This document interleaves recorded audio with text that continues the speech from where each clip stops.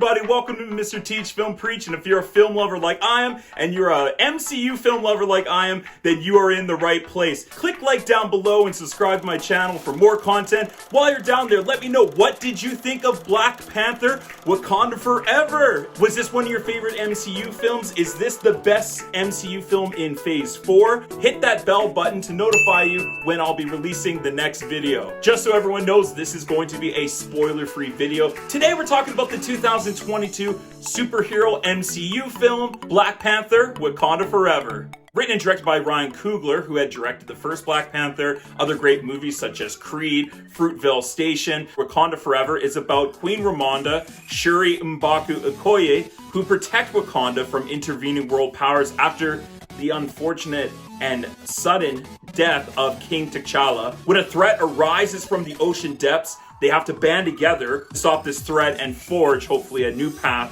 for the nation of Wakanda. I am a huge fan of the first Black Panther film. So after the tragic death of Chadwick Boseman, Coogler and the creators of this film had to change the script, change the story, develop something that was cohesive, exciting, and fun, but that would still honor the late great Chadwick Boseman. And Coogler mostly pulled it off. What an impossible task. Pressure-filled, stressful situation to be in as an artist. So the fact that they were even able to make a cohesive film in the first place, I give them kudos. I give them props. Bravo! Character of T'Challa, how they treat him in this film, what he meant to the legacy of the MCU and this world of Wakanda itself. You could tell that every actor, every production designer, all the writers were trying their best and just trying to operate at the best of their game to put together a really beautiful film. Angela Bassett, the Queen Ramonda herself, she is amazing in this film.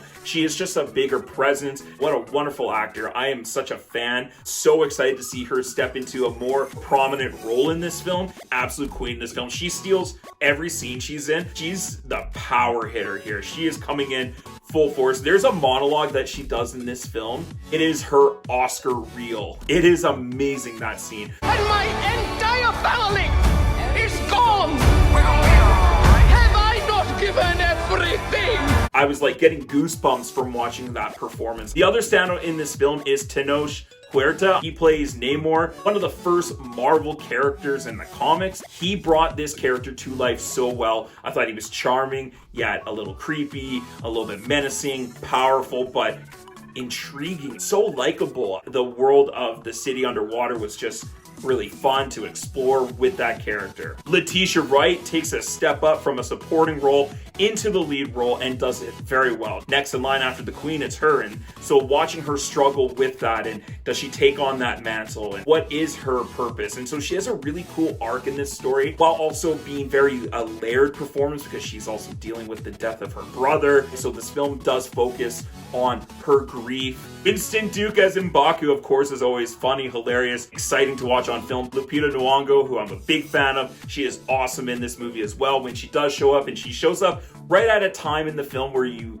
needed one of these characters to come back, and she is great when she does show up and throughout the rest of the film. I thought the characterization in this film with these actors were superb, mourning the passing of this great actor, but also this great character that we will always miss. The way that they handled his death in the script was very mature, and they did it without making it contrite or shoving it down audiences' throats, but in a really nice, respectful, and beautiful send-off. Have that cathartic moment, and this film was able to give that to the audience. That was such a great experience, even if it was sad. I thought the villain of Namor was great. It wasn't quite up to the Eric Killmonger, but it's a really great introduction to this character. I thought they did a great job developing his look, what he's willing to do for his people of Talokan. At least they're taking the time to develop these characters so you understand their perspective, where they're coming from. The beginning and the end of this film are awesome. I thought they started this movie with a bang, and it was emotionally impactful. And same thing with the ending and just the tributes that they pay,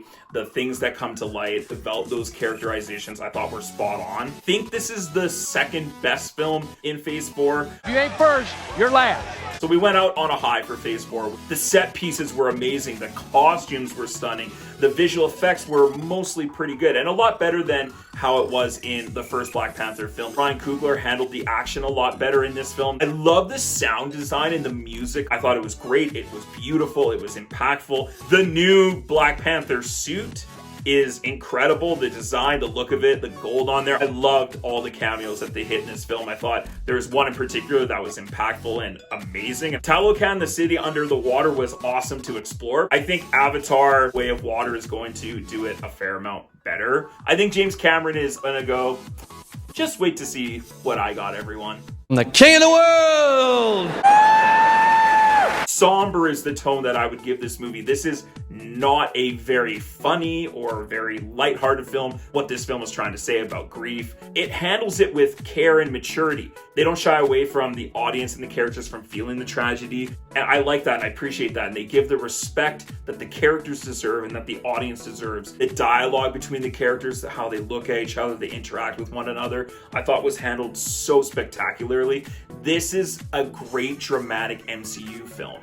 I think that has a lot to do with the writing. And I think Ryan Coogler is a great writer and a great director when it comes to drama and creating tension between characters. I thought the action was good, but it wasn't incredible. It was a lot better than the first Black Panther film, that's for sure. There's way too many characters that they introduced in this film. There's way too much that they're trying to set up, but also there's way too much they're trying to deal with, and they're adding so much into this film. It feels very rushed, but while also feeling very slow, because the runtime is 2 hours and 40 minutes. It feels that runtime because there isn't a break from the drama, from the tragic, and we feel it the entire 2 hours and 40 minutes. There's about 15 minutes of this movie and characters and subplots and stuff that could be totally chopped out and it wouldn't have any effect on the film. Too many side characters they were trying to develop in this movie that didn't need to be. Ryan Coogler got notes, of course, from Kevin Feige and the MCU panel, and we're like, you need to have Riri Williams in this movie, and she needs to be an important part of the plot so we can set her up for future things, for her TV show Ironheart coming out. And you can feel like they're just setting up things, and that kind of is the problem overall with these MCU films. I thought Dominic Thorne was really good as Riri Williams. This should have been a 2 hour and 20 minute film at the absolute most. They put so much in this film, they're dealing with so much all the time, and it feels like this should have been maybe like a 8-part miniseries or something. It felt like we explored a lot, but it was like a little bit of a lot, if that makes any sense. Even the reveal of the new Black Panther, I was like, okay. It was actually better in the trailers than it was in the actual film.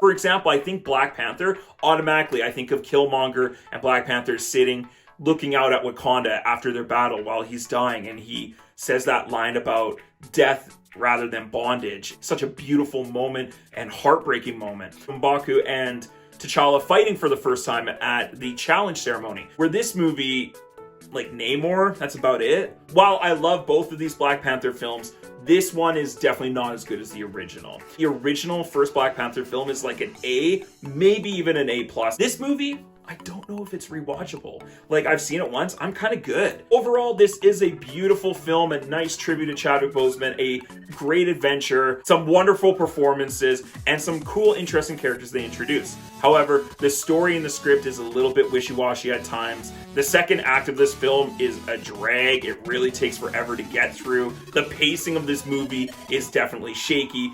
But I still think it is an important film to definitely go check out. I'm gonna go ahead and give Black Panther Wakanda Forever a B+. What did you think of Black Panther Wakanda Forever? I would love to hear your thoughts and comments down below. What did you think of this MCU film? Was this one of your favorites? I would love to hear your ranking down below. And while you're down there, click like and subscribe to my channel for more content. Also, don't forget to hit that bell button to notify you when I'm releasing more videos. Thank you so much today for joining me on Mr. Teach Film Preach. Come back and check out some other films like Bros, The Woman King, and The Banshees of Inisherin.